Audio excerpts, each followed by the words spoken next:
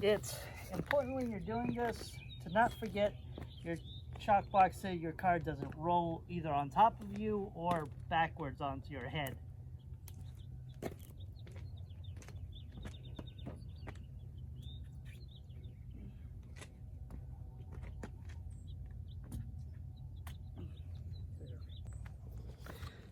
So in order to get your hood open, at least for the 2011 model, this will probably goes for most all cars. Once you open up your driver's side door, right down here in your driver's side wheel well, right there, this little bit is your hood latch release. You just pull this and you'll hear a click, and you can, if you look at your hood, it will have a slight crack right along here to where it's up above the rest of the hood. These ways it's supposed to.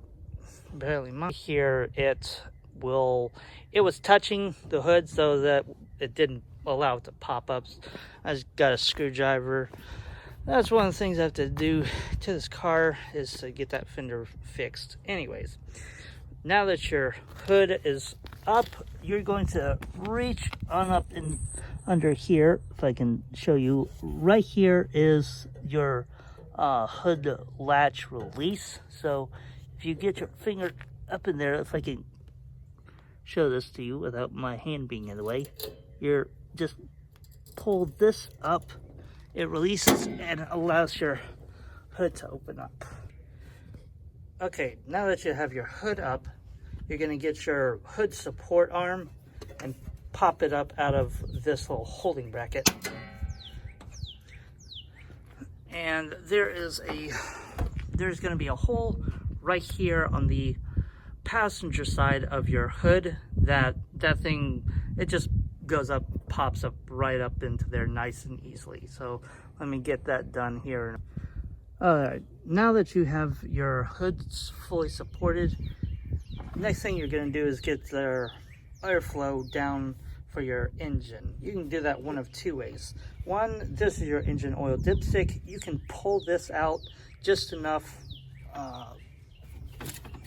just like that, and it'll give enough airflow down into your oil drain pan to allow it to flow. However, because you have to put oil in, and what I do is I take a pair of channel locks and I unscrew my engine oil cap. Now, a note of the oil cap, it tells you exactly what type of oil that you need, and for this you need a 0 weight 20 engine oil replacement. The brand honestly doesn't really matter. You can use whatever so long as it fits those numbers. So let me get that cap on. Okay, I'll have the cap completely off. However, if you can see, if I unloosen this thing, it will not go up and I can just pick it up. I'm going to lean it back just a little bit. That way it will still protect from dirt and debris and whatnot getting inside, but it also allows for the airflow. So I'm going to go back underneath and I'm going to take out the drain plug for this car.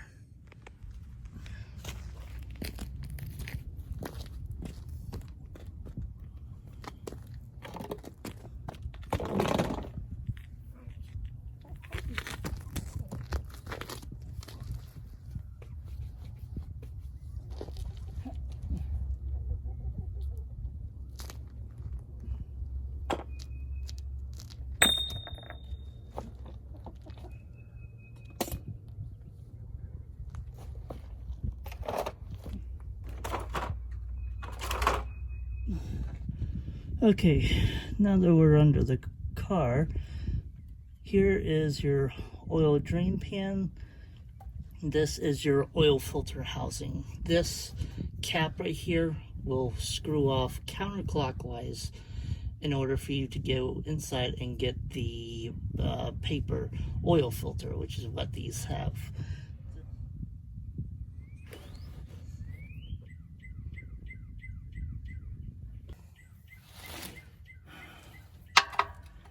drain plug is 14 millimeter. I am using a 14 millimeter deep 1/2 inch drive.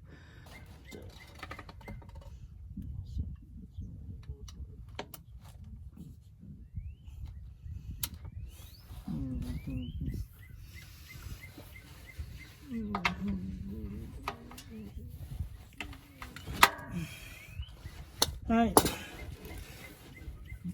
oil drain plug is loose, so you can unscrew it a little bit of the way. Before you take this thing out all the way, you want to go up and open up the hood and let the oil. Hope that you can see this. Well, but I'm about to get this oil drained out and the oil filter off and replaced.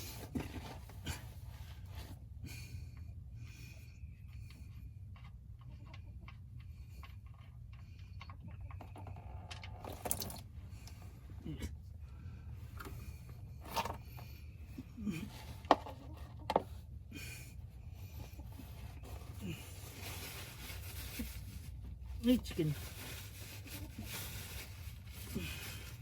Hey, Wanda. What you doing,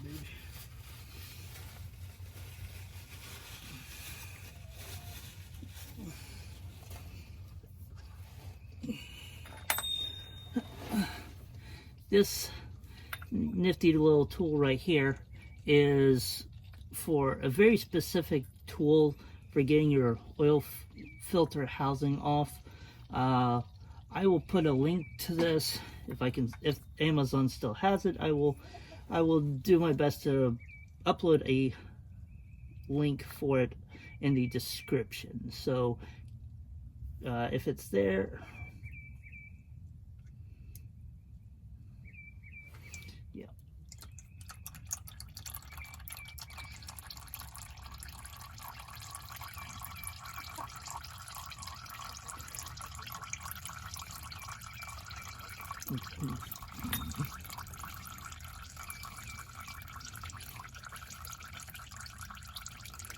Okay, I'm sorry, but I'm about to be all up in your guys' visual way.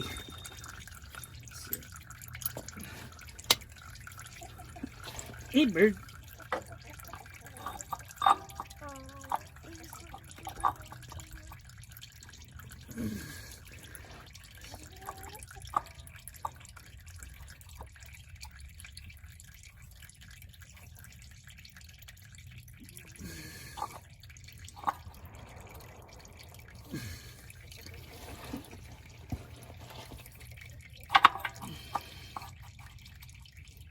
There we go.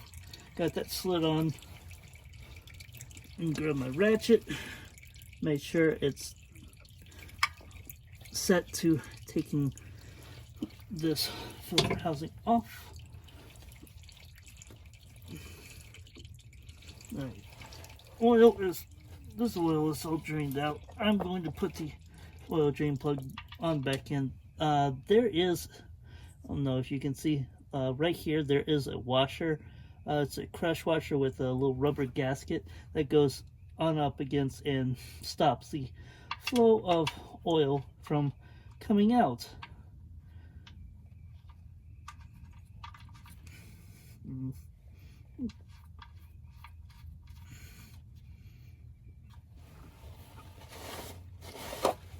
I just want to make sure that this drain plug is tight here. All right, and I can get you off.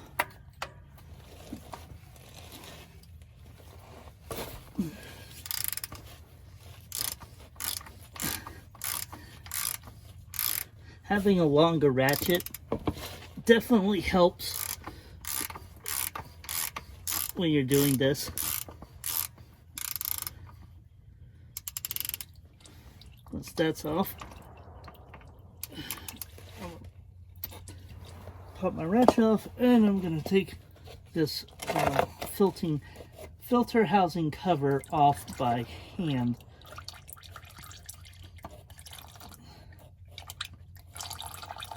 let all the excess oil drain out of it first. And I found that it creates less of a mess if you do it this way.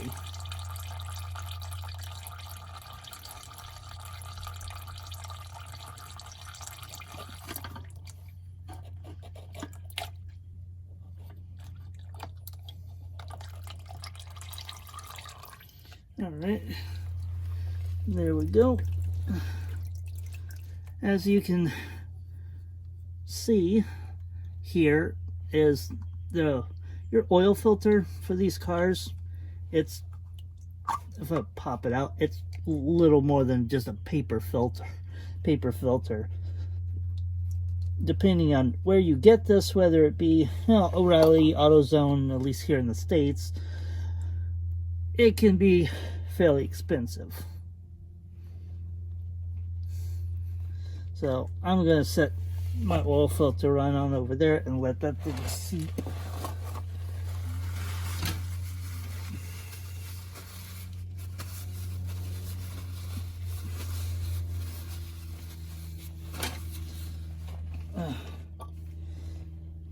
So on your filter housing, you're gonna see right here that there is a gasket. When you buy a new filter, it's gonna come with a brand new gasket.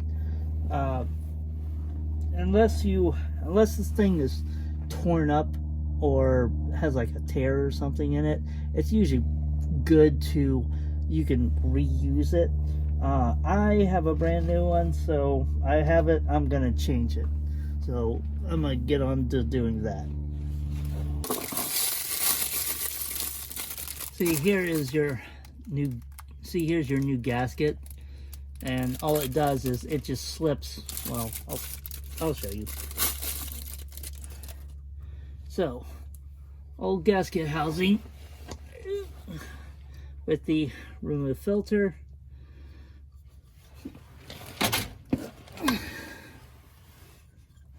The reinstallation for this is actually really easy. You just put it over your filter housing, make sure it fits there in the slot, and it will stretch. There you go. Well, now, there you go. See, it's all nice and settled. You also can put a little bit of oil just to help create the gasket seal. Is it necessary? Maybe, but it does. I suppose it helps.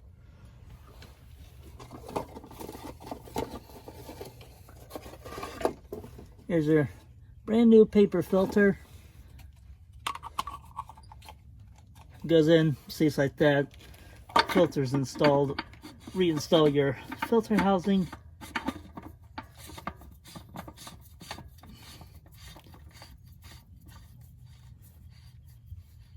Screw it on down hand tight.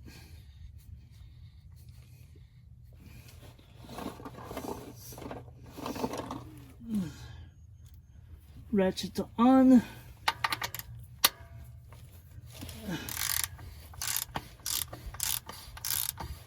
And you're just going to screw it down clockwise.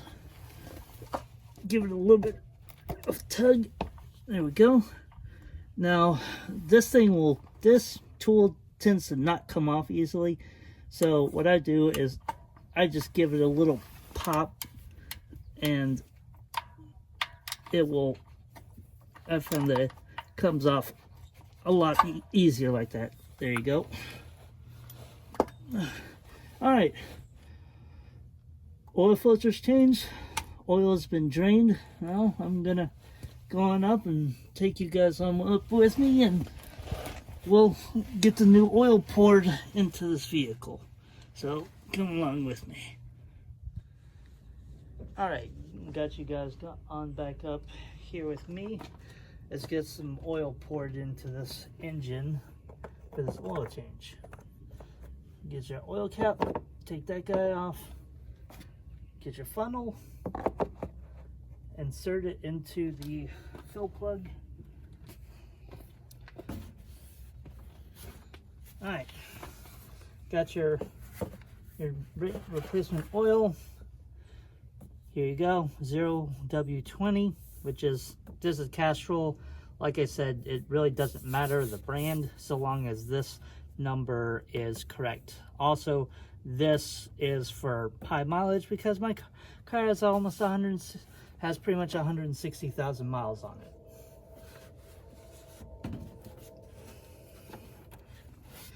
Now you're not going to be able to pour this 2L like that. I take a screwdriver and I am going to kind of puncture the, oh, well, never mind, not.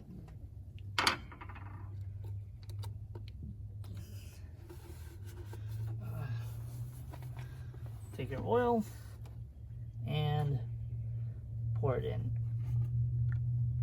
I found that pouring your oil from the side like this, it helps to allow airflow back into the oil container and helps oil flow out nice and smoothly. And you go ahead and put the entire bottle into your vehicle. This thing holds just about a gallon's worth of oil. There you go. Oil is back into the car.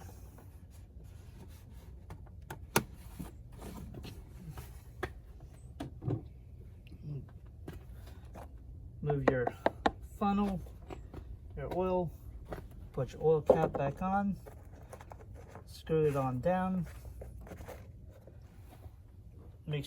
Just make sure it is hand tight, and that's pretty much it for the basics of doing the oil change.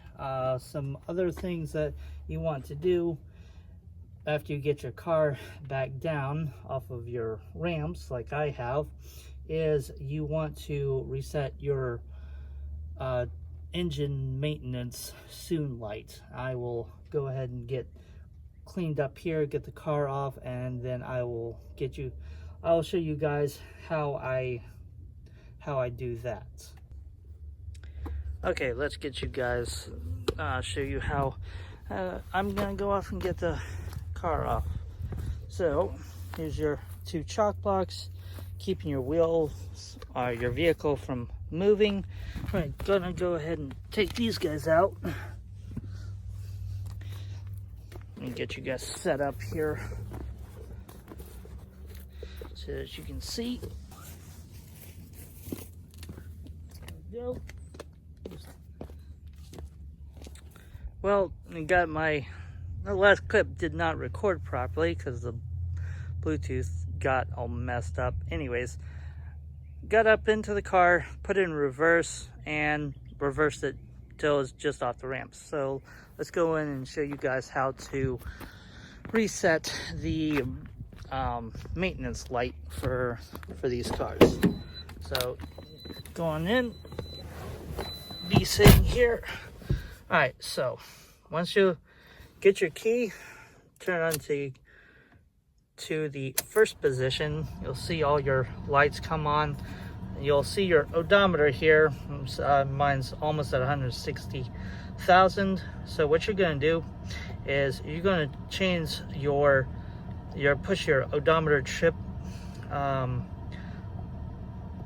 button to trip A. You're actually going to turn your car off, and you're going to hold.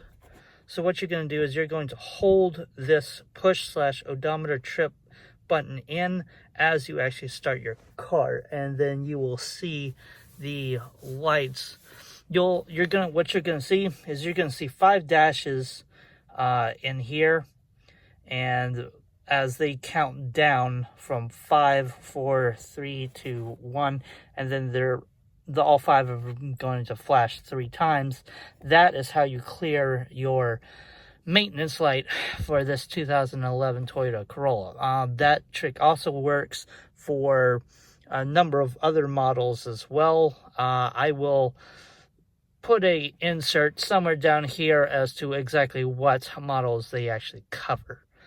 So anyways, that is really the last step for after you get your oil or filter change done. After this, just clean up all your tools and drain your oil, take it off to either O'Reilly's, AutoZone, or whoever accepts oil.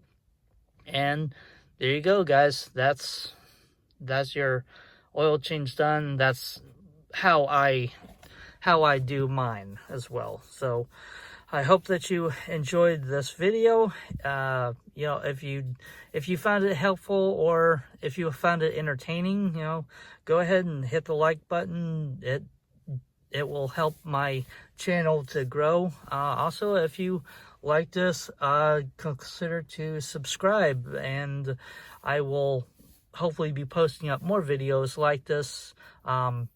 Post down in the comments what you would like for me to cover as far as other subjects. I have a few in mind to cover, and I should be getting those videos done and uploaded soon. So anyways, thank you guys for being patient and for the kindness of watching my video. Anyways, hope you all guys have a good day and great rest of your week whenever you happen to watch this video.